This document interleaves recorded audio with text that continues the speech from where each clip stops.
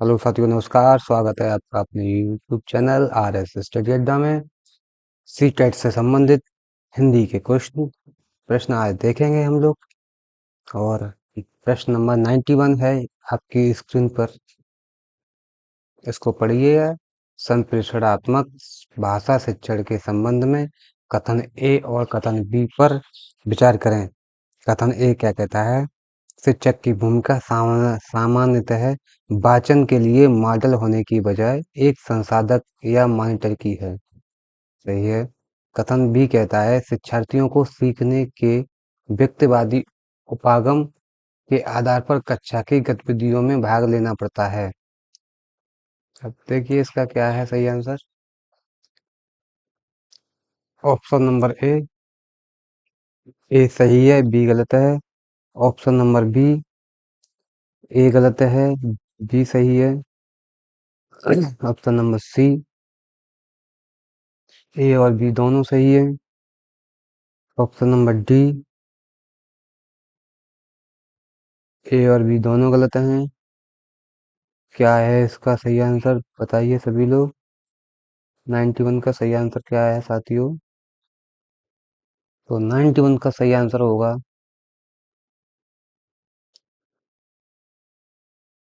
Option number ए। ए सही है, B गलत है। क्वेश्चन नंबर 92 पढ़िएगा। मान्यताओं का वह समूह जो इस बात की व्याख्या करता है कि भाषा संरचनाओं या नियमों का समूह है जिस रूप में जाना किस रूप में जाना जाता है। ऑप्शन नंबर एक, संप्रेषणात्मक उपागम। ऑप्शन नंबर बी, अंतः क्रियात्मक उपागम। ऑप्शन नंबर सी, संरचनात्मक उपागम। ऑप्शन नंबर डी, निवेश उपागम। क्या है इसका सही आंसर बताएंगे सभी लोग। 92 का सही आंसर क्या होगा? सामान्यतः सॉरी मान्यताओं का वह समूह जो इस बात की व्याख्या करता है कि भाषा संरचनाओं या नियमों का समूह है किस रूप में जाना जाता है।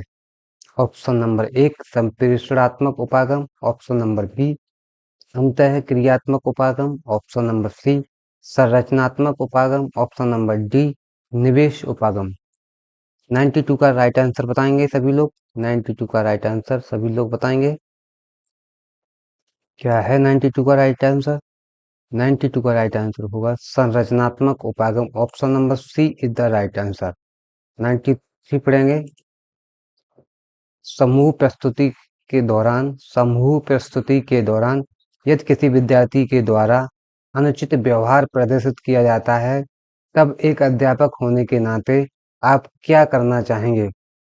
समूह प्रस्तुति के दौरान यदि किसी विद्यार्थी के द्वारा अनुचित व्यवहार प्रदर्शित किया जाता है तब एक अध्यापक होने के नाते आप क्या करना चाहेंगे? ऑप्शन नंबर एक, समूची कक्षा के सामने उस पर चिल्लाएंगे। ओके। ऑप्शन नंबर बी, उससे बात करेंगे। ऑप्शन नंबर सी, उससे सभी के सामने बात करेंगे। ऑप्शन नंबर डी, उसे कुछ नहीं कहेंगे और उसके स्व अनुशासित होने की अपेक्षा करेंगे। 93 का राइट आंसर बताएंगे सभी लोग। 93 का राइट आंसर बताएंगे। 93 का राइट आंसर क्या रहेगा सभी लोग बताएंगे। 93 का राइट आंसर रहेगा option number B. B is the right answer. Question number 94 पढ़ेंगे। समूह वाद विवाद में भाग लेने के लिए समूह वाद विवाद में भाग लेने के लिए भाषा शिक्षक एक शर्त रखता है कि समूह में 4 विद्यार्थी कनिष्ठ से तथा एक विद्यार्थी वरिष्ठ वर्ग से होना चाहिए जो आवश्यकता पड़ने पर कनिष्ठों की सहायता कर सके। समूह निर्माण का यह विचार किसके सिद्धांत पर आधारित है? 94 का राइट आंसर बताएंगे सभी लोग। ऑप्शन नंबर ए, प्याजे का सिद्धांत। ऑप्शन नंबर बी, वायोगोत्स्की का सिद्धांत। ऑप्शन नंबर सी, ब्लमफील्ड का सिद्धांत। ऑप्शन नंबर डी, क्रिश्चियन का सिद्धांत। तो सभी साथियों बताएंगे। 94 का राइट आंसर क्या होगा? क्वेश्चन नंबर 94 का राइट आंसर बताएंगे सभी लोग। पियाजे का सिद्धांत, वायगोत्स्की का सिद्धांत, ब्लमफील्ड का सिद्धांत, क्रेशन का सिद्धांत, क्या होगा राइट आंसर इसका 94 का? 94 का राइट आंसर होगा ऑप्शन नंबर बी। 95 को पढ़ेंगे। 95 क्या कह रहा है? पत्नी ने जल हाँ, जल्दी करो हमें देर हो जाएगी। सहकर्मी से, जाने का समय हो गया है, हमें बैठक के लिए देर हो जाएगी। वरिष्ठ नियोक्ता से, महोदय शाम के 4 बज गए हैं और बैठक 4:15 में 4:15 बजे है, क्या अब हमें चलना चाहिए? भाषण में इस भाषण में इस भिन्नता को किस रूप से जाना जाना जाता है? ऑप्शन नंबर ए शुद्धतावादी, ऑप्शन नंबर बी स्तर भिन्नता, option number C register, option number D मुहावरेदार, क्या हुआ राइट आंसर इसका? क्वेश्चन नंबर 95 का राइट आंसर, क्वेश्चन नंबर 95 का राइट आंसर होगा ऑप्शन नंबर सी रजिस्टर।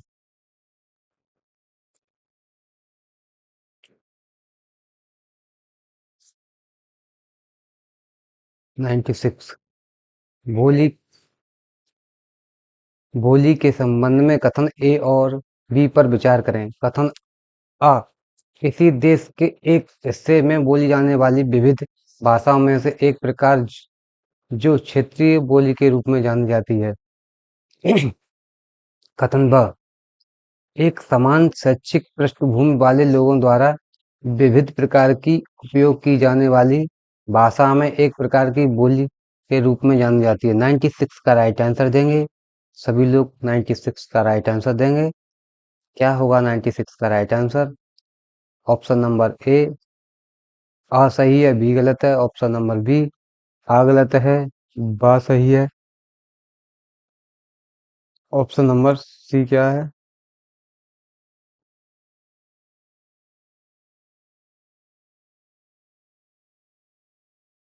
आ और बी दोनों सही हैं। ऑप्शन नंबर डी आ और बी दोनों गलत हैं।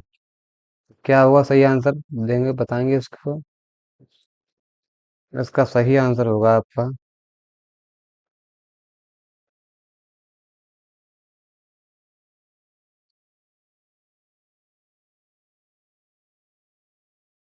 96 का सही आंसर होगा ऑप्शन नंबर ए आ सही है, बी गलत है। अब 97 पे पढ़ेंगे। क्वेश्चन नंबर 97 की तरफ और देख चलेंगे। चलिए साथियों, क्वेश्चन नंबर 97 के पास पहुंचते हैं। ये रहा आपकी स्क्रीन पर क्वेश्चन नंबर 97। एक बोली मानक बोली का दर्जा पाने के लिए निम्नलिखित चरण से गुजरती है। एक बोली मानक बोली का दर्जा पाने के लिए निम्नलिखित निम्नलिखित चरणों से गुजरती है। ऑप्शन नंबर ए चयन, संहिताकरण, उद्देश्य का निर्धारण, ऑप्शन नंबर बी चयन चयन स्वीकृत, संहिताकरण और उद्देश्यों का निर्धारण, ऑप्शन नंबर सी चयन उद्देश्यों का निर्धारण, संहिताकरण और स्वीकृति, ऑप्शन नंबर डी चयन स्वीकृति, संहिताकरण और उद्देश्यों का निर्धारण। क्या होगा इसका राइट आंसर? बताएंगे सभी लोग। ये बी को 2 बार लिख दिया इन्होंने।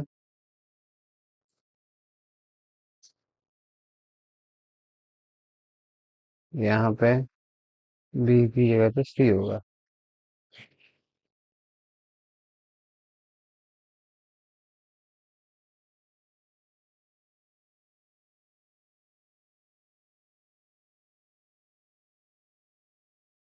क्या होगा राइट आंसर इसका?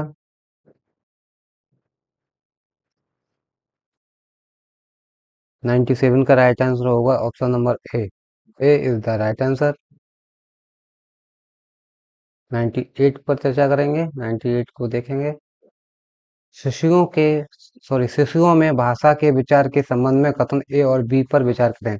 कथन अ कहता है शैशवावस्था से बच्चे की वाक नली एक वयस्क मान मानव की तुलना में जानवर की तरह अधिक होती है।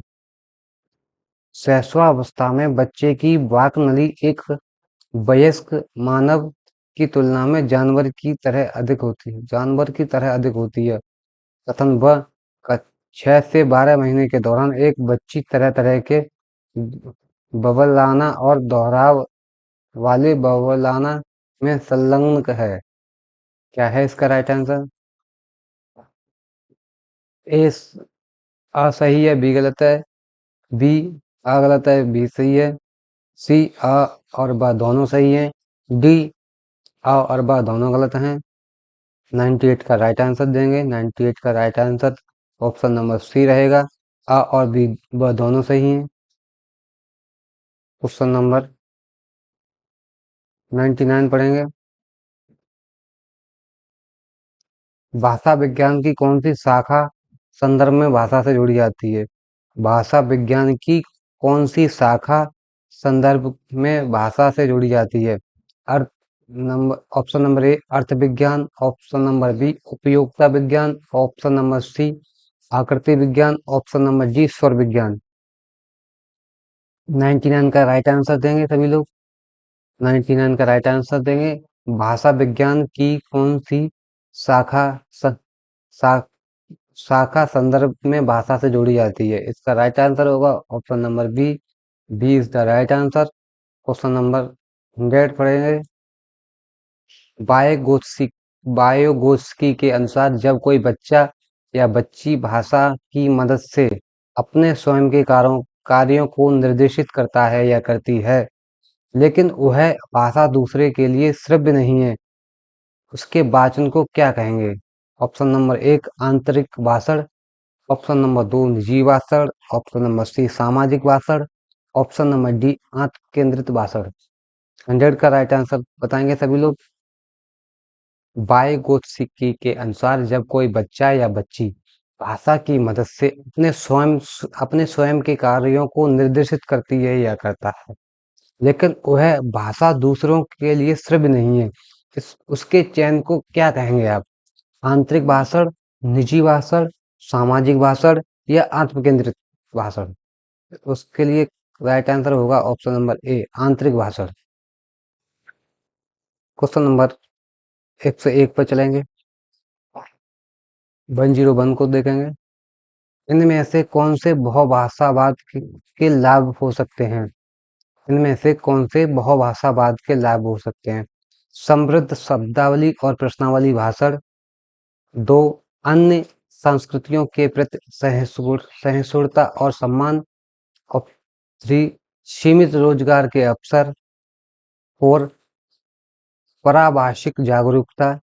क्या है इसके right answer? Option number A 1 2 3, option number B 2 3, option number C 1 2, option number D 1 2 और 4।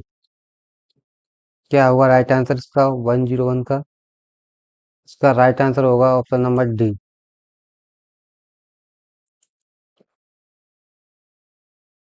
निर्देश क्वेश्चन नंबर 1 से 2 से 1 से 11 तक इसी में मिलेंगे आपको। निम्नलिखित गद्यांशों को पढ़कर पूछे गए प्रश्नों के सबसे उपयुक्त उत्तर वाले विकल्प को चुनिए। सूर्य उदय सूर्य अस्त असंख्यों, सोना ही सोना बरस कर, मोल नहीं ले पाए इसको भीषण बादल, आसमान में गरज गरज कर, धरती को न कभी हर पाए, प्रलय सिंधु में डूब कर उबर उबर आई है ऊपर, भूचालों भूकंपों से यह मिट न सकी है। आप क्वेश्चन नंबर 102 पढ़ेंगे। बहुबुद्धि के सिद्धांत के संदर्भ में निम्नलिखित में से कौन सी बुद्धि भाषा से संबंधित है? बहुबुद्धि के सिद्धांत के संदर्भ में निम्न में से कौन सी बुद्धि भाषा से संबंधित है? ऑप्शन नंबर एक प्रभाव सटीकता बुद्धि, ऑप्शन नंबर बी भाषाई मौखिक बुद्धि, ऑप्शन नंबर सी शब्दावली व्याकरण बुद्धि, ऑप्शन नंबर डी दृश्यात्मक स्थानिक बुद्धि। 102 का राइट आंसर बताएंगे। 102 का राइट आंसर होगा ऑप्शन नंबर बी भाषाई मौखिक बुद्धि।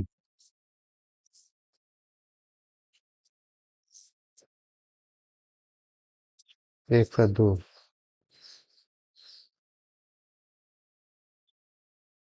103 पढ़ेंगे।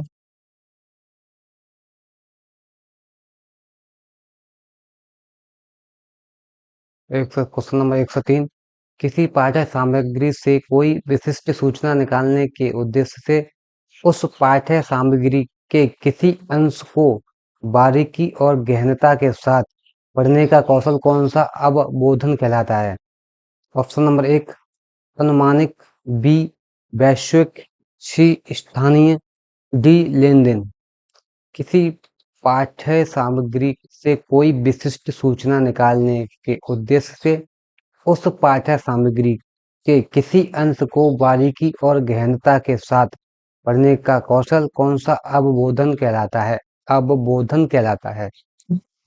ऑप्शन नंबर 1 अनुमानिक, ऑप्शन नंबर बी वैश्विक, ऑप्शन नंबर सी स्थानीय, ऑप्शन नंबर डी लेन देन। 103 का सही आंसर बताएंगे? सभी लोग बताएंगे। 103 का सही आंसर होगा अनुमानिक। क्वेश्चन नंबर 104 पे पढ़ेंगे। क्वेश्चन नंबर 4 है, बहुभाषावाद शिक्षा का एक ऐसा संसाधन है जिसका उद्देश्य है। ऑप्शन नंबर 1 शिक्षण अधिगम के लिए शिक्षार्थियों की भाषा का प्रयोग करना। ऑप्शन नंबर बी शिक्षार्थियों को यथासंभव अधिक से अधिक भाषाएं सिखाना। ऑप्शन नंबर सी शिक्षण अधिगम के लिए शास्त्रीय भाषाओं का उपयोग करना। ऑप्शन नंबर डी ये तो नहीं होगा, नौकरियों के लिए अंग्रेजी भाषा और संस्कृत भाषा के लिए मातृभाषा सीखने के समझ सक्षम बनाना, सीखने के सक्षम बनाना। 104 का राइट आंसर क्या होगा? 104 का राइट आंसर क्या होगा? बहुभाषावाद शिक्षा का एक ऐसा संसाधन है जिसका उद्देश्य है शिक्षण अधिगम के लिए शिक्षार्थियों की भाषा का उपयोग करना है। यही थोड़ा सटीक सा लग रहा है। शिक्षार्थियों को यथासंभव अधिक से अधिक भाषाएं सिखाना। अधिक से अधिक भाषाओं से कोई मतलब नहीं है। शिक्षण अधिगम के लिए शास्त्रीय भाषाओं का उपयोग करना, शास्त्रीय भाषाओं। और यही ए इज द राइट आंसर होगा इसका। Question number 105।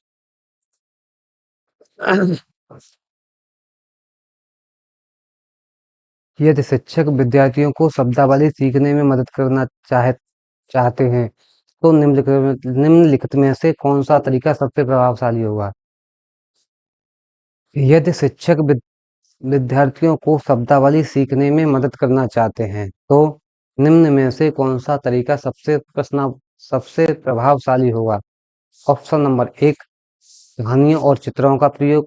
Option number B दोहराव या ड्रिल का प्रयोग। ऑप्शन नंबर सी लिखित अभ्यास का प्रयोग। ऑप्शन नंबर डी पाठ्य पुस्तकों का प्रयोग। सबसे प्रभावशाली तरीका होगा इसमें कहानियों और चित्रों का प्रयोग। बच्चों को आप अगर कहानी और चित्रों के बारे में उसको पढ़ाएंगे तो बच्चा जल्दी से जल्दी सीखने की कोशिश करेगा। Option number C. Option number C ये है आपका। निम्न में से भिन्न शब्द युग्म है। गरज गरज, भूचाल भूकंप, उभर उभर या डूब डूब। निम्न में से अलग शब्द जोड़ा कौन सा है? 106। निम्न में से अलग जोड़ा कौन सा है? गरज गरज सेम है। भूचाल भूकंप, भूचाल भूकंपों, सॉरी, उभर उभर या डूब डूब। ये तो सही लग रहे हैं तीनों, यही गलत है। राइट आंसर इसका यही है। सिंधु का पर्यायवाची शब्द नहीं है। सिंधु शब्द 100 क्वेश्चन नंबर 107 पढ़ेंगे। सिंधु शब्द का पर्यायवाची नहीं है। नहीं को अंडरलाइन करेंगे। नहीं, सिंधु शब्द का पर्यायवाची नहीं है। उदध, सागर, जलद या जलद। सिंधु का पर्यायवाची नहीं है सिंधु। ऑप्शन नंबर ए ओदधे, सागर या जलद या जलद। जलद कोई शब्द नहीं होता है। ये राइट आंसर होगा। क्वेश्चन नंबर 108 पढ़ेंगे। धरती अनमोल है भाव गद्यांश पद्यांश की किस पंक्ति से व्यक्त अभिव्यक्त हो रहा है? धरती अनमोल है, भाव पद्यांश की किस पंक्ति से अभिव्यक्त हो रहा है? ऑप्शन नंबर एक सूर्योदय, सूर्यास्त, असंख्यों। ऑप्शन नंबर बी उभर उभर कर आई है ऊपर। ऑप्शन नंबर सी मोल नहीं ले पाए इसको। ऑप्शन नंबर डी यह मिट ना सकी। राइट आंसर होगा इसका 108 का राइट आंसर होगा ऑप्शन नंबर सी मोल नहीं ले पाई। ऑप्शन नंबर 9 109 धरती को कौन डुबोना चाहता है? ऑप्शन नंबर एक अत्यधिक वृष्टि। ऑप्शन नंबर बी अत्यधिक गर्जना। ऑप्शन नंबर सी अत्यधिक भूकंप। ऑप्शन नंबर डी अत्यधिक सिंधु। धरती को कौन डुबोना चाहता है? 109 का राइट आंसर बताएंगे। 109 का राइट आंसर होगा ऑप्शन नंबर डी 110 पढ़ेंगे। धरती पर आने वाले संकटों के लिए उपयुक्त शब्द नहीं है। प्रलय, भूचाल, भूकंप या सिंधु। उपयुक्त शब्द नहीं है। 110 का राइट आंसर क्या होगा? धरती पर आने वाले संकटों के लिए उपयुक्त शब्द नहीं है। प्रलय सही है, भूकंप भी सही है, भूचाल ये आते रहते हैं, सिंधु कोई शब्द नहीं होता है, ये गलत। इस पद्यांश में मुख्यतः किसकी बात की गई है? सूर्योदय की, सूर्यास्त सूर्यास्त की, धरती की या आसमान की? ऊपर लिखे हुए गद्यांश में किसकी बात कही गई है? सभी लोग बताएंगे। सूर्योदय की, सूर्यास्त की, धरती की या आसमान की? इस पद्यांश में धरती की चर्चा की गई है, धरती के बारे में बताया गया है। अब आते हैं क्वेश्चन नंबर 112 से 120 पढ़ेंगे। निम्नलिखित गद्यांश को पढ़कर पूछे गए प्रश्नों के सबसे उपयुक्त उत्तर वाले विकल्प को ही चुनिए। इसको पढ़ेंगे गद्यांश को। मानव इतिहास में हजारों साल तक शून्य का कहीं अता पता नहीं था। शून्य की अवधारणा आ भी गई तब भी काफी समय तक मानव ने इसे संख्या नहीं समझा। यह बात तो तय है कि शून्य प्राकृतिक प्रदत्त नहीं है। हमने शून्य का आविष्कार अपनी सुविधा के लिए किया है। मनुष्यों ने शून्य की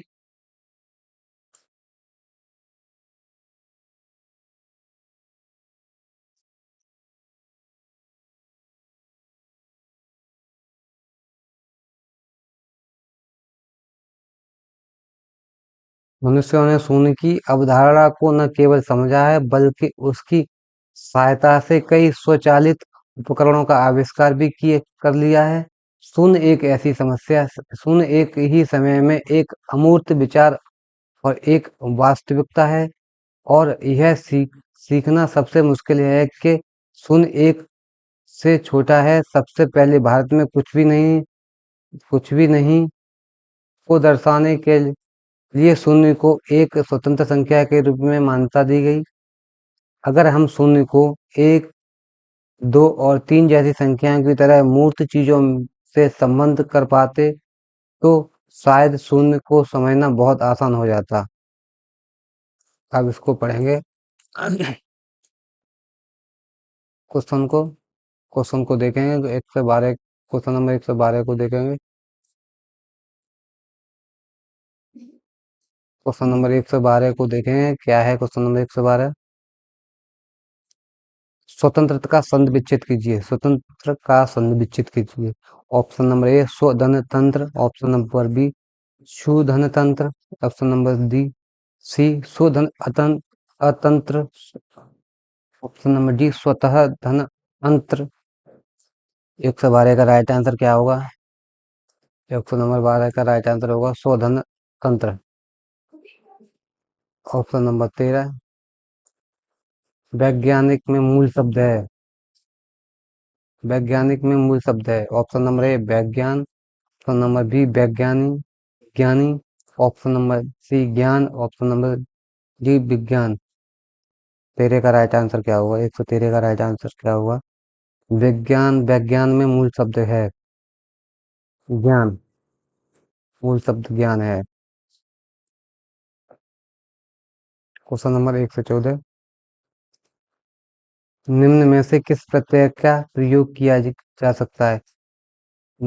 सॉरी, इतिहास में किस प्रत्यय का प्रयोग किया जा सकता है? इतिहास में। ऑप्शन नंबर ए प्रत्यय और उपसर्ग। ऑप्शन नंबर ए ता। ऑप्शन नंबर बी इक। ऑप्शन नंबर सी इत। Option number D E. इतिहास में किस प्रत्यय का प्रयोग किया जा सकता है? इतिहास। इतिहास में कौन सा प्रत्यय है भैया? इतिहास में किस प्रत्यय का प्रयोग किया गया है? बताएंगे सभी लोग। इतिहास में इक प्रत्यय का प्रयोग प्रयोग किया गया है। Option question number 115। किस शब्द में अब उपसर्ग का प्रयोग नहीं हुआ है? अब उपसर्ग का प्रयोग नहीं हुआ। अवधारणा, अवधि, अवनीति या अवकाश। क्वेश्चन नंबर 115 पढ़ेंगे साथियों सभी लोग। Question number 115। किस शब्द में अब उपसर्ग का प्रयोग नहीं किया गया है? तो वो उपसर्ग किस में नहीं लगा हुआ है, ये बताएंगे। ऑप्शन नंबर 1 अवधारणा। ऑप्शन नंबर बी अवधि। ऑप्शन नंबर सी अवनीति। ऑप्शन नंबर डी अवकाश। इसका राइट आंसर होगा ऑप्शन नंबर बी अवधि।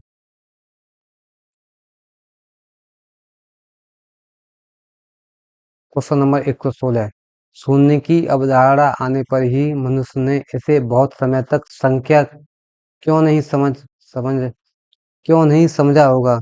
ऑप्शन नंबर 1 मूर्त चीजों से शून्य की संबंधता न होना। ऑप्शन नंबर बी सभी वैज्ञानिकों द्वारा इसे मान्यता न देना।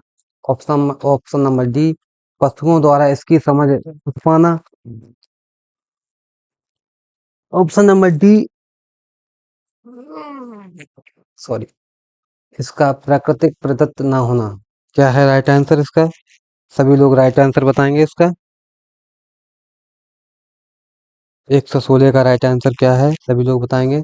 शून्य की अवधारणा आने पर भी मनुष्य ने इसे बहुत समय तक संख्या नहीं समझा, नहीं माना, संख्या नहीं माना, क्योंकि मू- मूर्त चीजों से शून्य की संबंधता ना होना, यही इसका राइट आंसर लग रहा है।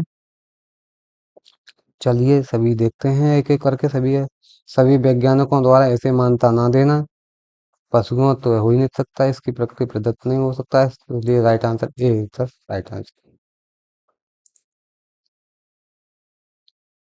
117 क्वेश्चन नंबर 117 पढ़ेंगे। शून्य एक ही समय में एक अमूर्त विचार और एक वास्तविकता है, इसका क्या आशय है? शून्य एक ही समय में एक अमूर्त विचार और एक वास्तविकता है, वास्तविकता आशय है। ऑप्शन नंबर 1 यह दिखाई नहीं देता है परंतु इसका अस्तित्व है। ऑप्शन नंबर बी संख्याओं में महत्वहीन स्थान धारक है। ऑप्शन नंबर सी यह दिखाई देता है पर इसे किसी शब्द में सुन नहीं सकते। अच्छा। ऑप्शन नंबर डी यह अदृश्य है पर इसे सुन सकते हैं। 117 का राइट आंसर बताएंगे क्या रहेगा? Option number 117 sorry question number 117 शून्य शून्य एक ही समय में एक अमूर्त विचार है और एक वास्तविकता है, इसका क्या आशय है? यह दिखाई नहीं देता परंतु इसका अस्तित्व है, ये इसका राइट आंसर होगा। Question number 118। विश्व में किसने पहले पहले शून्य की संख्या के रूप में मान्यता दी? विश्व में सबसे पहले शून्य की मान्यता किस रूप में दी गई, ये बताइए। विश्व में किसने सबसे पहले शून्य संख्या की मान्यता दी गई? Option number 1 Meso Mesopotamia. Option number B मध्य America. Option number C Bharat. Option number D Europe. इसका तो सही आंसर होगा सी, द राइट आंसर होगा इसका। 119 पढ़ेंगे। संख्याओं के संदर्भ में कौन सी अवधारणा समझनी सबसे कठिन है। संख्याओं के संदर्भ में कौन सी अवधारणा समझानी सबसे कठिन है? कुछ ऑप्शन नंबर एक, शून्य सबसे बड़ी संख्या है। बी, शून्य एक एक से बड़ा है। सी, शून्य एक से छोटा है। डी, शून्य जोड़ा जा सकता है। इसका राइट आंसर क्या होगा? इसका राइट आंसर 119 का राइट आंसर क्या होगा? यही होगा, यही सही लग रहा है, शून्य एक से छोटा है।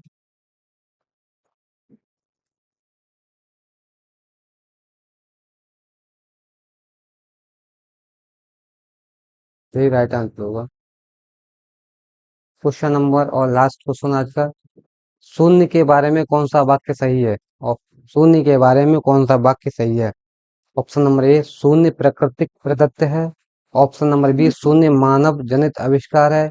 ऑप्शन नंबर सी, शून्य की गणना मानव ही कर सकते हैं। ऑप्शन नंबर डी, शून्य मुक्त अवधारणा है। क्या है राइट आंसर इसका? ऑप्शन नंबर 120 का राइट आंसर क्या होगा? 120 का राइट आंसर क्या होगा बताइए? B is the right answer, शून्य मानव जनित आविष्कार है।